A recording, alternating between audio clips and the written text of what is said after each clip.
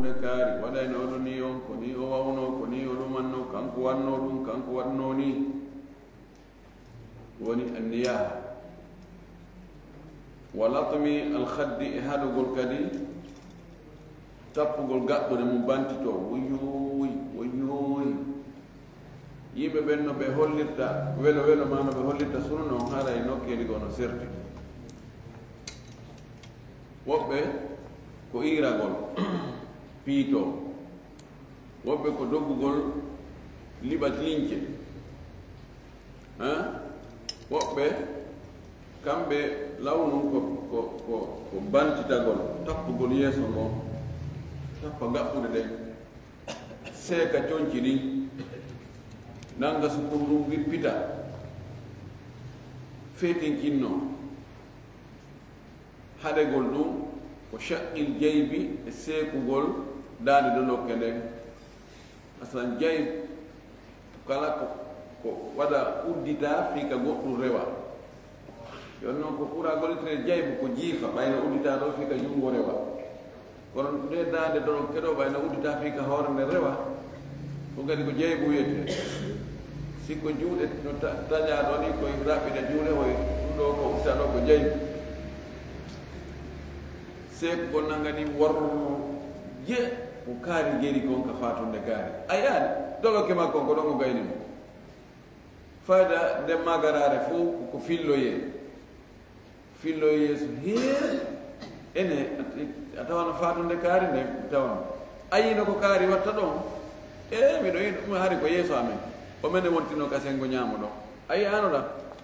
yemi hande mi yaali goɗɗo waɗa sifa ɗum allahu akbar on geri goɗɗum nden ñande fayda ko ɗum ɓuri nden magaral ɓaysi ko kanko tun o watta ɗum ko ɗon siko yahoɓe hiwragol fatunde no lawnu sonna ɓen ɓe yaha ɓen ene en fuɗɗoto fesugol ɗo goɗɗen ta en fuɗɗo waɗo de ɗo no woɗɗi taw ma hen yeeso ɓe yaha ɓe na o fuɗɗoɗen ɗo noon ay ɗo ara ɓe andi joni yimɓe wattiɓe nanude ko seeɗa ko kooma borire ko magarare koko fille wa natfi ashari e ɓorgol leeɓi duppita leeɓi ɗin wippita wa halqihi e fembugol leeɓi ɗin wa du'ai bil wayli wa thuburi e toragol halkare woyyo Allah mi maayi ko honno mi watta ɗum ɗo yani sifa ɗum ɗo woɓɓe ko noon ɓe noddano ɓenna yo Allah waran noon awata Allah wurna hande kadi mi faalaka gurdam mbawa ɗum ɗo sifa wono ɗin haalaji huɗito ngal dammugal ɗo ko ɗum ngal wowlata si woni neɗɗo maayi iwtiriɓe ɓaawo ɓen ko ɓe ɓattimo wo ko nafunoɓe wo hande kadi ɓe wawatamo artirde honno ɓe hani wadde ko muññagol fewndu honde ɓe muññoto fewndu ka tana on waɗi ɗon tigi fewndu ka wuli ɗon laaɗo ma ko noon assabru inda sadmati l ula ɗaɗa ari tawi debbo ɓiɗɗo mum no maayi ala ko ala gerde pepelen no wulla piito iro ɗaɗo maki kori muñño hetolan na heeɓi ko mi heeɓi kon hande hottallan ɗon tami yiye ɗon ɗaɗo maki awa ɗaɗo feƴƴi ɓay laaɗo feƴƴi ɓeynimo ko nelaɗo jaabiɗa ko jaabiɗa ɗo ko ko kamɓe o kamɓe ka o dogoy noon waari hacca nena hakkel mi muññike nelaɗo mi muññike bobo an on mi muññike mo ɗaɗo makila asabru inda sadmati l ula muñal ngal fewdo ka waɗi ɗon to natuma gertuɗa ha ronkuɗa tawi joni dande uddi on tuma ati mine fanke amen fanki amen yondinike yondinare nden ko tuma adon tigi ronkude ko ɗum ɗo hara yiwtire ɓawa ɓen ko ɗum ɗo ɓe hani wadde ko muññagol e du'anagol ma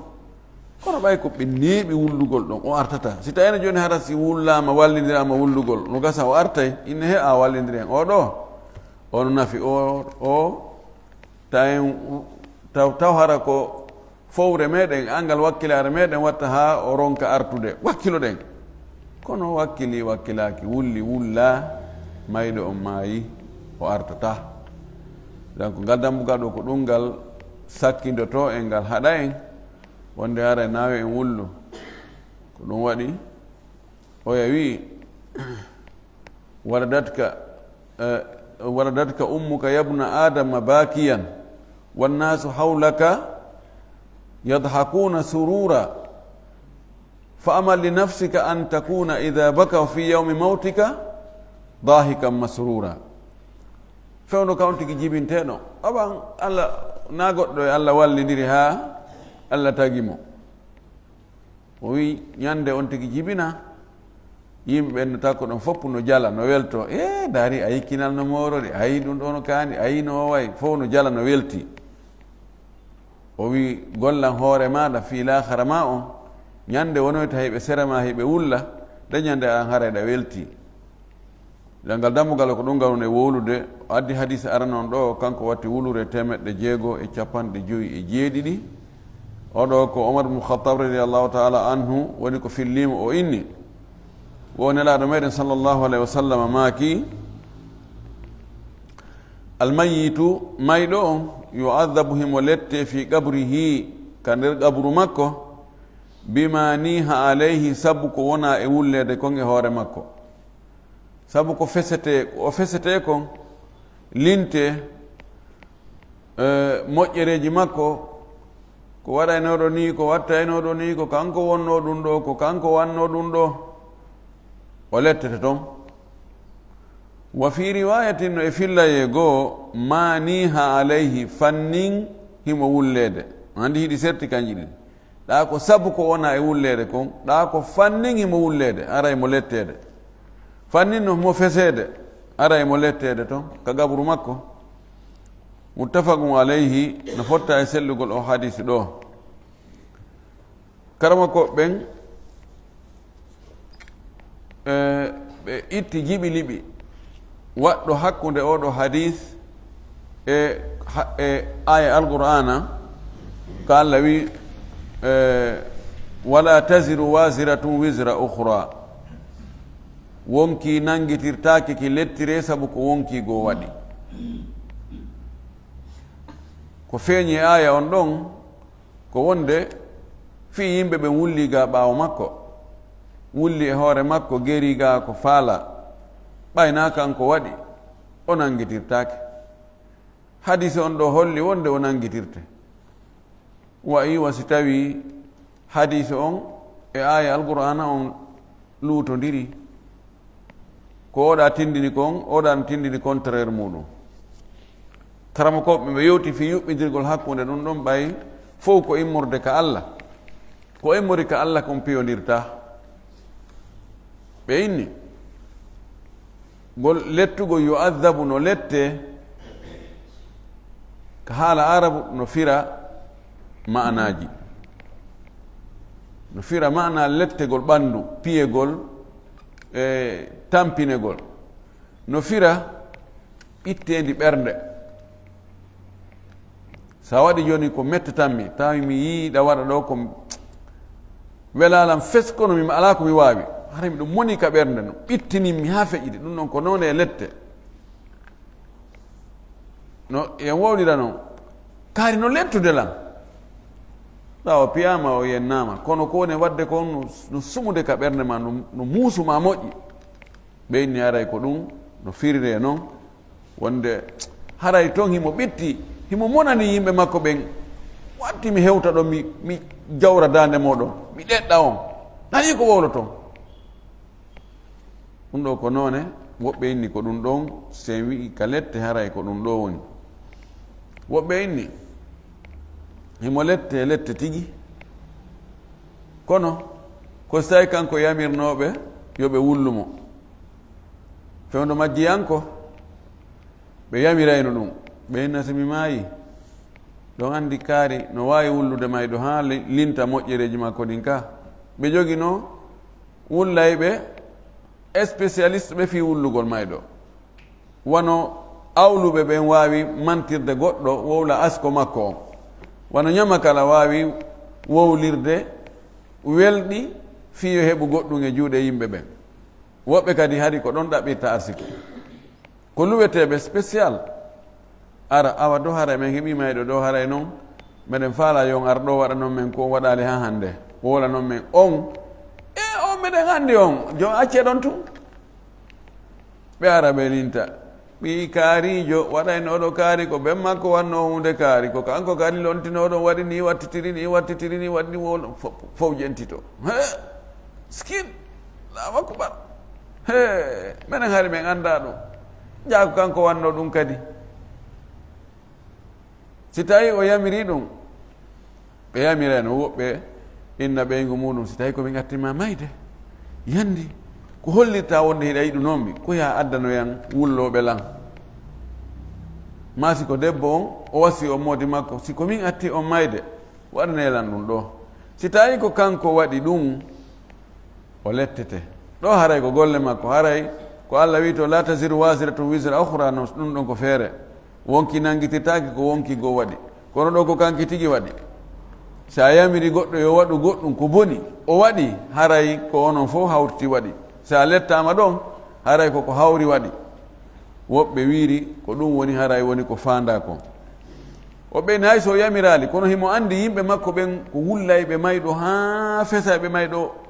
ha dendeli natta o wi'ali ɓe o wasiyaki awa min noon o adama mo yaruɗon ɗo fesugol mayɗo min yon andi ɗum welatala mi somi mayita mo fesanmi de mo fesinan to hara mi yarranaki mo o fanki tun himo andi ko ɗum ɓe watta ɗo si ɓe waɗoyi ɗum haray no wawa si no welimo ɗo kadi haray so lettama haray wona ella ko waɗi sa yi ko boni no waɗe ɗa wawi haɗude a haɗali haray no wawi sa weltori ko ni ɓe hiɓɓidiri hakkude aya on e hadise on hadise heɗɗon on kanko watti wulure temeɗɗe 6:50 oɗo ko abdullah ibn mas'ud ko fillimo radiyallahu anhu qala o wi qala rasulullahi sallallahu alaihi wasallam la Allah o maaki laysa minna jeyaka e amen menen homɓe julɓe ɓen jeyaka e amen menen julɓe ɓen man daraba al hududa tappuɗo gaɓɓuɗe mum o shaqqal juyuba o seeki lince wa da'a o noddi bi da'awal jahiliyati noddandu majjiyanko no majjiyankoɓe wullirayno noon fesa linta moƴƴereji mayɗo waɗa peekaride e gatareji iiro liɓa lince bonna piiji o wi menen julɓe ɓe mo waɗi ɗum haray nayi amen o jeeya ɗo ko kamba no hulɓini yalli sonti waɗi ɗum haray o yalti l'islamu few haray o yaltali few kono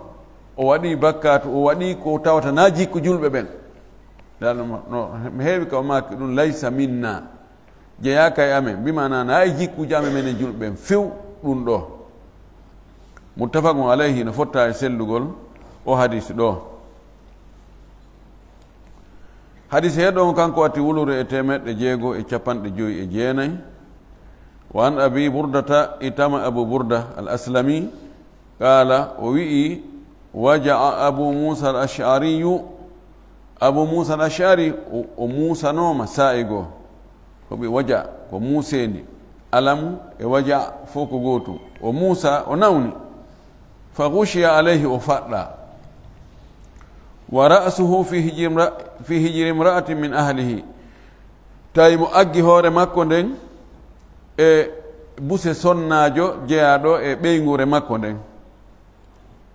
sonnajo go e ɓeyguli makko ɗin imo awlimo ka buse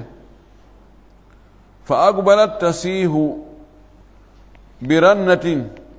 on sonnajo ɗon fewtiti no wulla woyyoy woyyoy ɗum mawla mo no wulla ranna ñuuñaago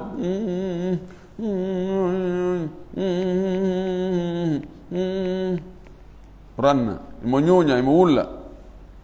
falam yastati an yarudda alayha shay'an kono kanko abu musa o wawali jabade o sonnaajo ay hunde ko waɗi fen ɗo mo faɗɗa o andi o yanno wadde goɗɗum fuɗɗike wullude fuɗɗike ñuncade gila joni muqaddima to no wadde tekke ɗen fi dongal ngal yeeso falamma afaga tuma o ɗiwtuno noon Allah waɗi o mayali e nden faɗɗere ɗon ɓay o ɗiwti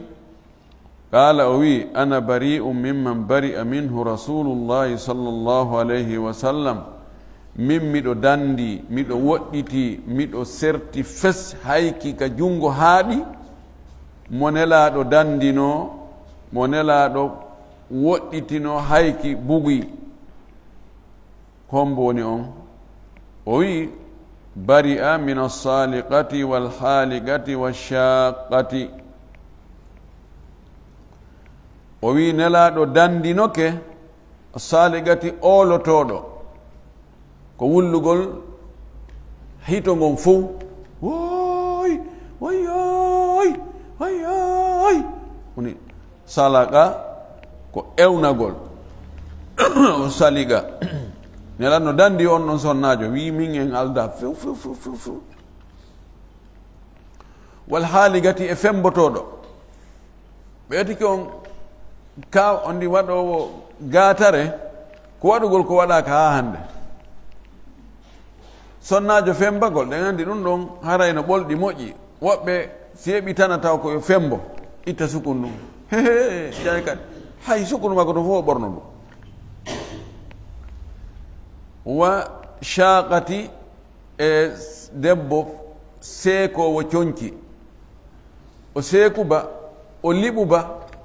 woɓɓe bugoto conci ɗin to luttida e federe nden tum, doke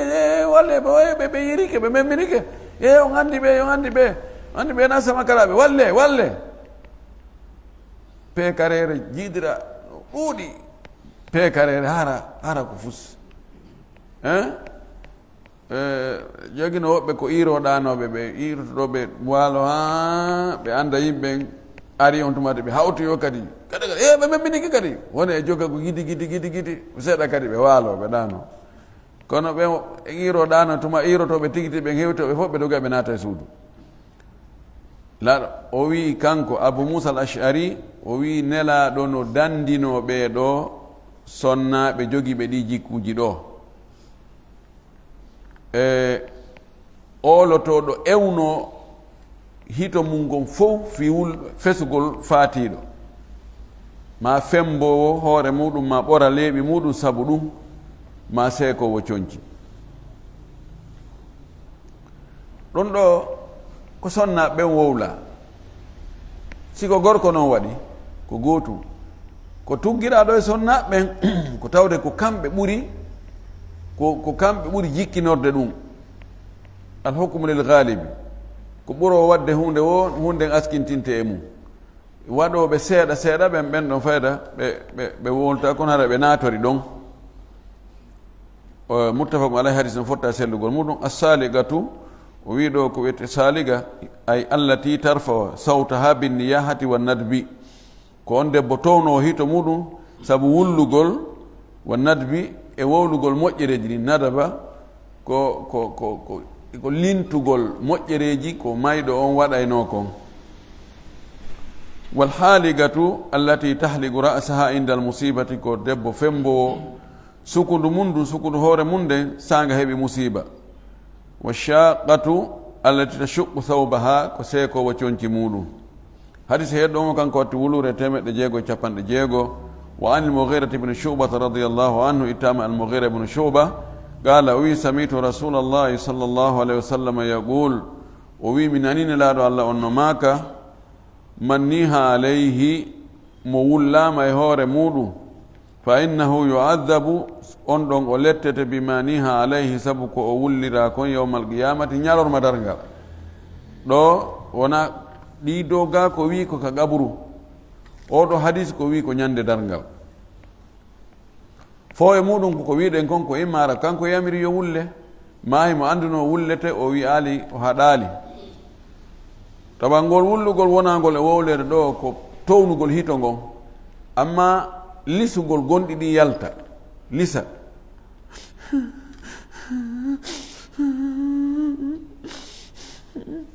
ɗum ɗo gonɗi yalta, ɗum ɗo na hunde. ɗo no dagi nelaɗo meɗen sallllahu alayhi wa alihi wa sallam, ko geɗal makko on Ibrahima, ko o faati gonɗi yaltuno ka gite makko. ɓeyni hay an nelaɗo, ɓoyni hi ɗum ɗo ko yurmenede Allah waɗi ka ɓernde. o wi ɓernde nden no suni ɓernde sunoto si tawi on tigi seedi e giɗo muɗum ma siɗɗo mum o wi gite ɗen ƴaaray gonɗi wullay o wi kono hunnduko wolta sina ko welata Allah kon ɓe gandi fendo ko Usman ibn Maz'un kadi ko o faati ko kanko atti fatade e ferɓe iwɓe Makka ari Madina ɓen fof ko mo nelaɗo yiɗuno ko siɗɗo nelaɗo mo yiɗuno kadi moƴƴi ko on wi'uno nelaɗo o wi nelaɗo min komi faala ko rewgol Allah tun min mi faala ka jombude mi faala ka guere aduna min komi faala ko fi dewal Allah tun lanomake o way kal islamu ɗo accutogol aduna on fes fi lahara ɗum jeyaka kal islam ɓay o fatike nelaɗo ari sudditi yeeso makko ngon lunnimo ka gaɓɓuɗe ɗo wulli ɗon gonɗi ɗin ƴaari ka guite makko kanko nelaɗo ha yani e gaɓɓude fure on holli wonde ɗum ɗon wullugol ngol tun na ella ko wona e haɗere ɗo ko hito ngon ko fesugol ewno ɗum noon woni dagaki hadis heeɗ ɗon on kanko watti wulure 650 wa an ummi atiyata wiya ittama e ummu atiya inde makko nden ko nusaybata bi dammi nuni wa fathiha no wiye nasiba ma nusayba radiyallahu anha qalati o wi'i kanko ummu atiya kono ko ɗum woni ko andira ko ummu atiya kono ko nasiba ma nusayba woni inde nden o inni akhadha alayna rasulullahi sallallahu alayhi wa sallam inda albay'ati alla nanuha nelaɗo ƴetti e amen ƴettidi e amen aadi fewndo ko men baayondirta e makko wonde min wullata sonnaɓe ka fuɗɗode l'islam hari yimɓe ɓen ara ƴettide e nelaɗo aadi si ɓe naati ka l'islam lalmaka awa en haldi en fotti wonde ko ɗum ɗo e ɗum ɗo e ɗum ɗo e ɗum ɗo ko ɗum ɗo golleten e mum ko ɗum ɗo aada duɗen wiyete baya sonnaɓen si ɓe arino ƴettugol en laaɗo baynodirgol e makko bayodirgol e makko konti joni jaɓugol yo nelaɗo jaɓi wonde ko nelaɗo ko Allah nelimo jaɓi kadi wonde kala ko nelaɗo ñaawi no iwtiri ɓaawo ɗum ɗon o wi kanko oɗo sonnajo no jeeya e ko minen e nelaɗo men ƴettuduno aadi o ƴetti aadi juuɗe amen engagement yo men engage o wonde min fesata min linta fimayɗo few muttafagu alayhi no fotta e sellugol hadis o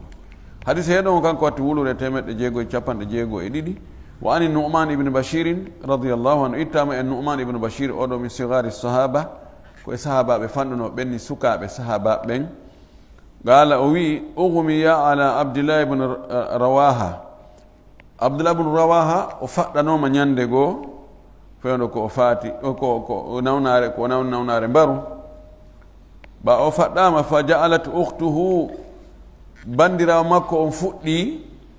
tabki fuɗɗi wullugol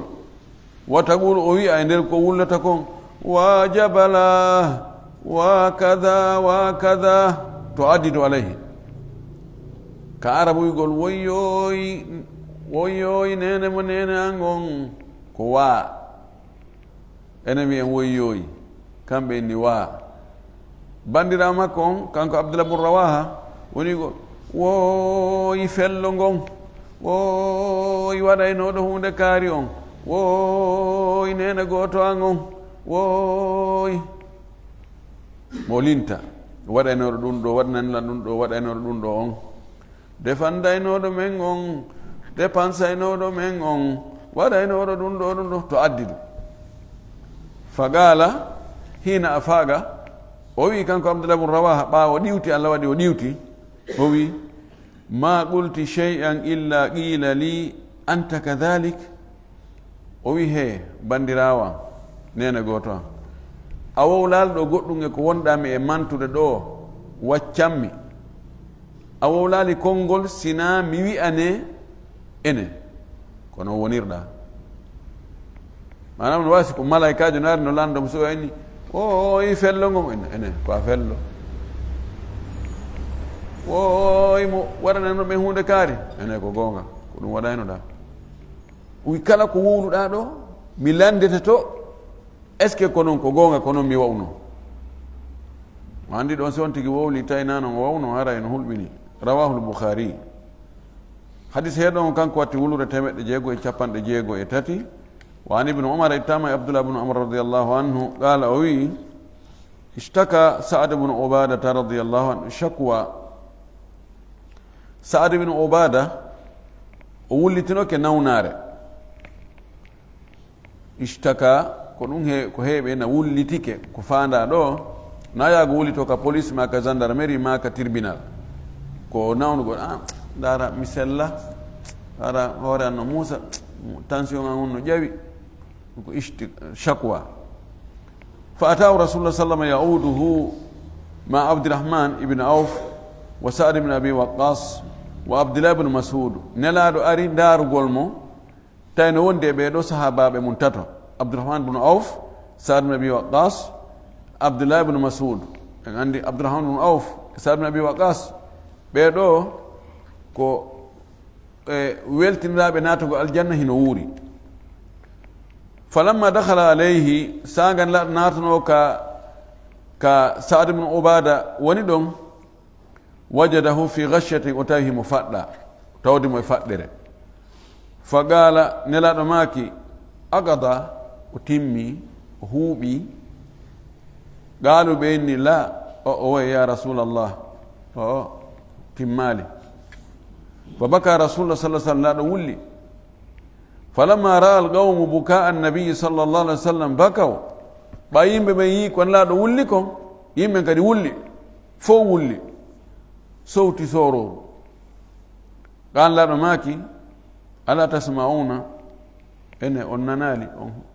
هوتالي وننالي وند ان الله لا يؤذب بدمع العين ولا بحزن القلب ولكن يؤذب بهذا واشار الى لسانه او يرحم onnanali wonde Allah subhanahu wa ta'ala o lettirta gondi ko yaltata kon ka yitere o lettirta bernde ko sunoto kono ko o lettirta ko ɗum ɗo o sappi ɗengal makko ngal o wi ko ɗum ɗo o lettirta ma ko ɗum ɗo yurmirte mana mum kanko laaɗo wullugol makko ngol ko gondi ɗi yalti o lisi ɓawno ɓe yi ɗum kamɓe kisan ɓe déclenché ɓe wulli taɗuma mana ta on fesu tow noon hito amma ko gonɗi ɗi yaltata kon ka guite ko ɓernde sunoto ɗum noon Allah lettira sabu noon de kono noon ɗengal ngal si ngal wowli ko moƴƴi Allah yurmina jon ɗengal ngal si ngal wowli ko boni si Allah yafaki o letta jon ɗengal ngal muttafaqu alayh hadis he ɗon kanko watti wulde 654 وعن أبي موسى الأشعري عن أبي مالك الأشعري رضي الله عنه إتم أبو مالك الأشعري كان أبو موسى الأشعري كوبي بابا غوتوبه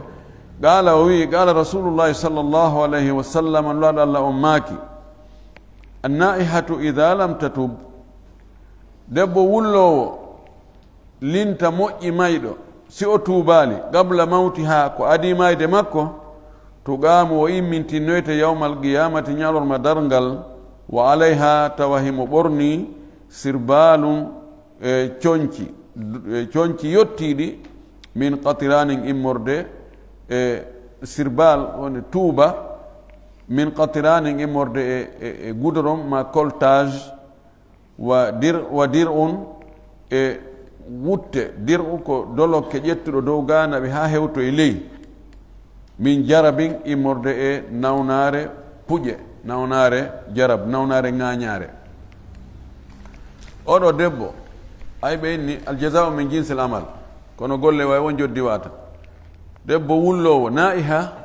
ko wullowo tigi ko ƴettoteɗo adde spécial fi wullugol linta mayɗo no winiro noon wano ñama kala déplacirte e awluɓe ko noon kadi sonnaɓe go no woduno kamɓe kadi ko ɗum ɗon hiɓe wawi ɗum hiɓe ñeñani ɗum hiɓe andi fi ɗum moƴƴi oɗo noon nelalmaki so tuubali ado mayde o immitoto ñande dangal honno o lettirte o watte tuuba ko coltage ko wuli ko watte goudron ko qatran ko watte goudron nicotine ko ɗum haray ko ɗum woni tuumban doloke on ko nawna rewtede jarab koko nangata daabeji tufa guringi hara daabe o ŋaño to yaha e wano e bako e maadiji fofa ma e leɗɗe fofa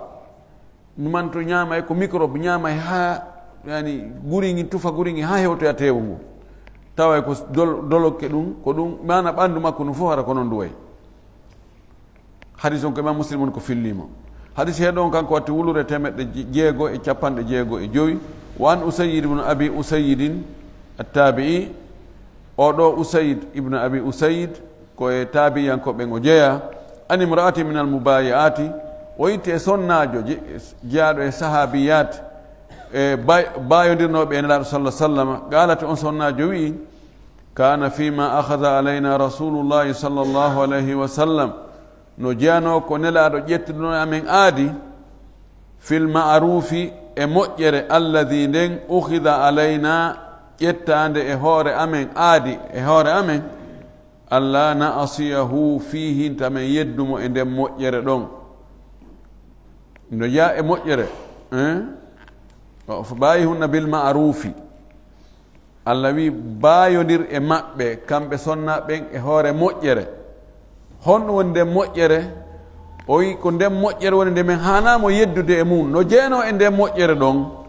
allah nahmishu wajhan wonde min siifata yeeso amen min peɗata ko yeeso amen ɗi woɓɓe si musiba heeɓi ko siifugol yeeso ngon wala nadu'uwa waylan min du'ata ko bone allah waɗu hunde kaari allah waɗan hunde kaari sinda simi maayi noon yomi maayi noon ala ko mi waɗa gurdan hannde kadi wala na suɓɓu jayban min seekata coñci wa alla nanshura sha'ran min sakitata sukundu kadi sakita sukundu waɗani lancita simin heeɓi musiba o wino jeyano e ko nelaɗo ƴettuɗo amen aadi ɗiɗo piiji rawahu abu dawuda bi isnadin hasanin ko abu dawuda filli oɗo hadis e tugorde moƴƴere cheikh albani maka sahihu sunani abi dawud hadis o himo selli saɓanɗo o wowlali sahabiya debbo sahabajo on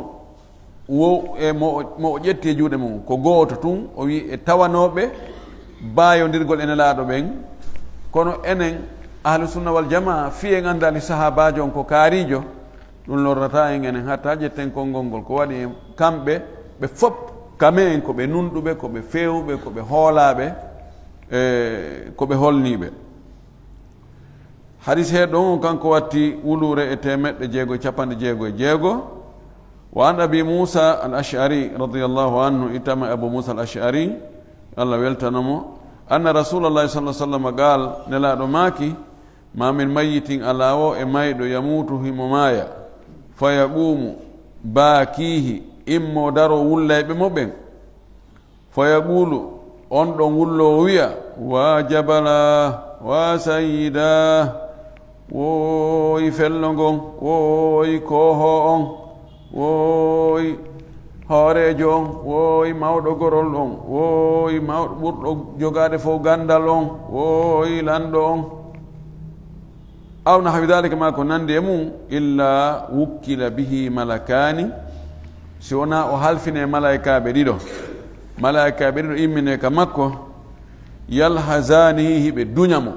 lahzu ko duñirgol on tigini bugomo ɓe wiyamo ɓe duñamo ɓe inna hakada kunta koni wonuɗa koni wonirnoɗa wi rawahu at-tirmidhi ko fillede sen ko imamu tirmidhi wa qala hadithun hasanun o wi hadith on no moƴƴi cheikh albani maki ka sahihul jami hadith on himo selli o wi allahzu o firi ɗon yalhazanihi allahzu addafu bi jam'i lyadi fi sadri bi jam'i ko duñirgol juɗɗen ɗino juɗɗen ni ka ɓernde makko ɗon nanga ɗo waɗa ɗo ni duñiramo ni ɓe duñamo ɓe inna ene koni wawnoɗa nani ko wona wowlede hoore ma ko wonɗa e wiyede qu'est ce que ko gonga sifa makko feƴƴino ɓaawo hadis sakkitiɗo on ɗo kanko watti wulure temeɗɗe jeegoye capanɗe jeegoye e jeeɗiɗi wa an abi hurairata radiallahu anhu tama e abou hurayra yo allah weltanamo gaala o maaki qala rasulullahi sallllahu alayhi wa sallam nulaɗo allah on maaki ithnatani piiji ɗiɗi finnasi e nder yimɓe ɓen hakkude yimɓe ɓen huma ɗin ɗon ɗiɗi bihim e maɓɓe kufrum ko keferagal ɗin ɗon waɗayɓe heeferɓe wona noon keferagal yaltinaygal diina kono waɗayɓe haray ɓe golli golle ko tawata ko heeferɓen hanno gollugol ɗum wona ka wiya keferagal fof woni keferagal yaltinaygal e diina ɗin ɗon ɗiɗi woni attanu fi nasabi yiwugol asko yiwugol geyngol wanni yahatu almayiti e wullugol linta moƴƴereji mayɗo ɗiɗo ɗiɗi aslan ɗi ko piiji jahiliyanko ko adol islam arde yimɓe ɓen jokkuno ɗin dara kaari na kaari woni bemmum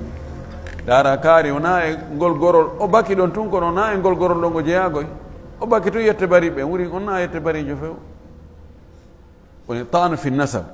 ma on mawɓe muɗum ko ni e ni wa uno yuwa geygol on tigi ngol ɗum ɗo waɗɗo ɗum on yiwuɗo geygol goɗɗo faala bonnude asko makko on inna on na e ɓen o jeeya na kaari woni ben makko o ɗum ɗon ko golle ɓe wona julɓe golle mo wona julɗo hani wadde ɗum waɗi julɗo on ko renɗo ɗengal muɗum wowluɗo ɓeri ko andi kon wawa wullugol linta moƴƴi mayɗo ɗum ɗon kadi na golle julɗo few ko golle majjiyanko ɗiɗo waɗa e neɗɗo on o haysi o yaltali kal islam kono mo jogui bakkatuji ko waɗi o golli golle ɗe tawata julɗo hana gollugol ɗum en torki allah subahana taala yo allahu dandu en masibo ngal ɗengal meɗen e masibo cheytane yo allah okkoro e muñal sanga musiba yani e hoore meɗen o arsika en andugol wonde ko kanko allah woni ko hoddiri ko kanko watta ko yiɗi wo ko ɗum o watta anda kadi fi amonike ko o hoddiri kon a wawata changegol ɗum few en torki allah subahana taala yo allah ɗen moƴƴuɓe yo allah yaafo en bakkatuji men ɗin o jaɓana golleji men moƴƴi ɗin wa akhiru dawana an alhamdulillah rabbil alamin wa sallallahu wa sallam wa baraka ala nabiyihi l amin nam amin amin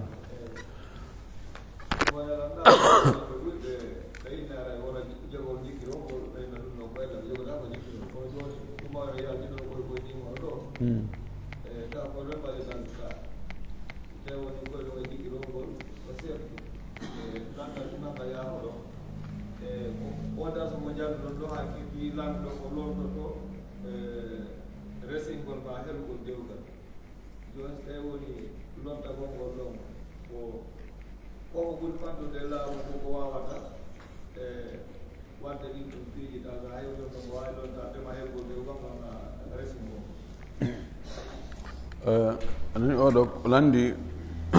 joni koye numéro tikku hoye yaltukoye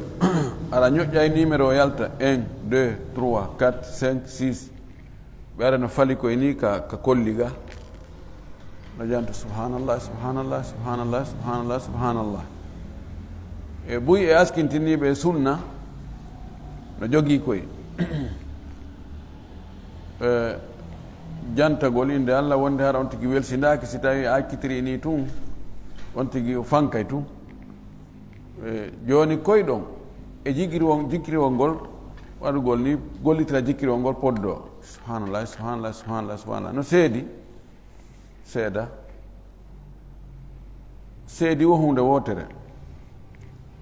si tawi ka jikkiriwol on tigui fiɓi wonde ngol jikkiriwol no teddi ngol no mawni ngol no seni ngol no jogui ɓural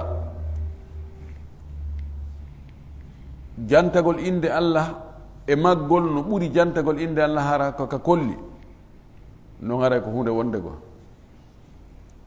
no wodi noon woɓɓe goo jogiiɓe jikkiriji ko haray ɓe fiɓi ɗum ɓe nananoma woɓɓe goo no wiya ñeeɓi ɓe wi jikkiri wongol no teddi ɓuri alqur'an o miɗa annon ko angal andugol ɓe wolinonogo e ɗum ɓeyni ko ɗum waɗi si tawi jikkirolngol e alqur'ana o goɗɗum aggoto e hoore ɗum hakko jikkirolngol aggete e hoore alqur'ana o neeɓi neeɓi komi nani gol konngol mi wattanno yiila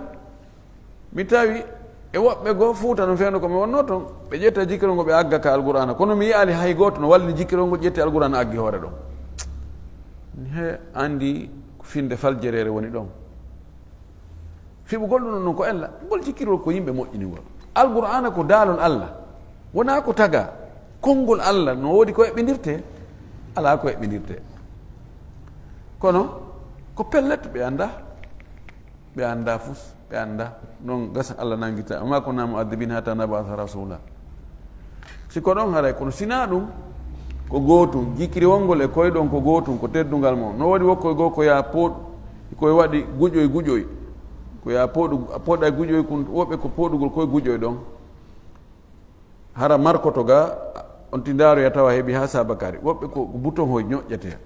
fof ko gooto koyɗo ko jikkiri wolgoy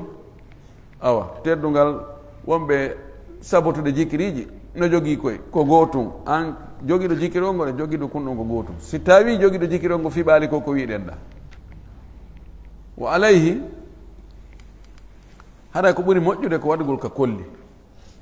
ɗaɗa ko maka no sonna ɓen fiɓe ka kolli ka guƴe kolli ga kolli ɗin landoyte ɗi wowloya ñande dangal ɗi seeditanoma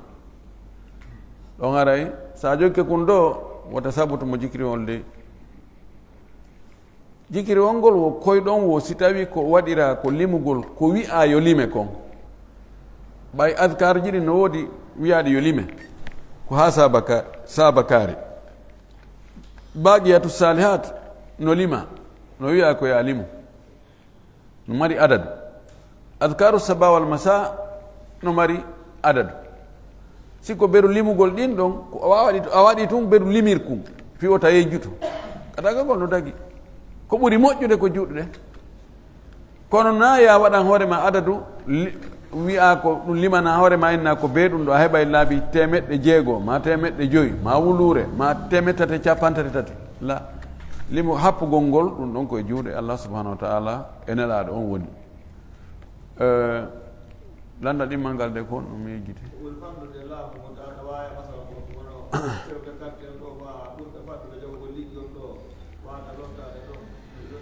e o fi helugol dewgal helugol dewgal ngal lontagol ma okkitirgol ngol nde en jangi ɗo wonde asultanu waliyu man la waliya laha lanɗo on woni waliyu sonnajo mo mara waliyu si sonnajo taƴa majjajo mo arɗon ni tun cuppet en anda o ko homɓe woni mawɓe makko fes tefama ronkama andede ko majjuɗo ari ma ko no guereji waɗi tani jiwoyi doga jokka yimɓe ni tun lumboya keeri yaha e leyɗe goo ne'e toon yimɓe woɓɓe baka ɗum on ne'a ɗum ha janɗa fewdo okkitirede mawɓe mum andaka gorol mum andaka few kombo hani okkitirde ɓen ɗon ko laamu ngu o landi ɗum laamu ngu ko laamu honngu ko fuɗɗi ko teriwu ngu mana ko justice on ko juge jo on ka cour suprême sina ɗum juge jo on e tribunal ji wonɗi ganin ɗon si tawi ɓen ɗon ala ko lonto ardi laamu ngun ko lonto si président o ala ɗon ko premier ministre on si on noon ala ɗon no gasa ko ministre ko matapo on si on noon ala ɗon ka sécurité si on noon ala ɗon ko ɗum ɗon ha aroya gouverneur aroya e préfet ara sous préfet ara chef quartier e masala ko wonno ɗon kono noon siko helgol dewgal ngal noon hani hara ko autorité tigi ɗimma ka police maka gendarmerie maka tribunal ɗon aray chef quartier on tun no fanɗani ɗum ko waɗi joni si dewgal ngal helama probléme yantoyi goɗɗo ini ko ɓeygu an o jombi o hari men chef quartier on heeli dewgal ngal si min okkitirimo kuttu kata ɗon chef quartier on feƴƴineɓe inno ɗum ɗo ɓurila yaye ka justice ɓay noon aray ko ɗum haray amma siko okkitirgol ngol haray chef quartier on no wawi okkitirde kono ka helgol dewgal si tawi tribunal no woodi ma police no wodi ma gendarmerie no wodi haɗa ko naɓugol ɗo toon ko ɗum woni ko hani kon wa billahi tawfiq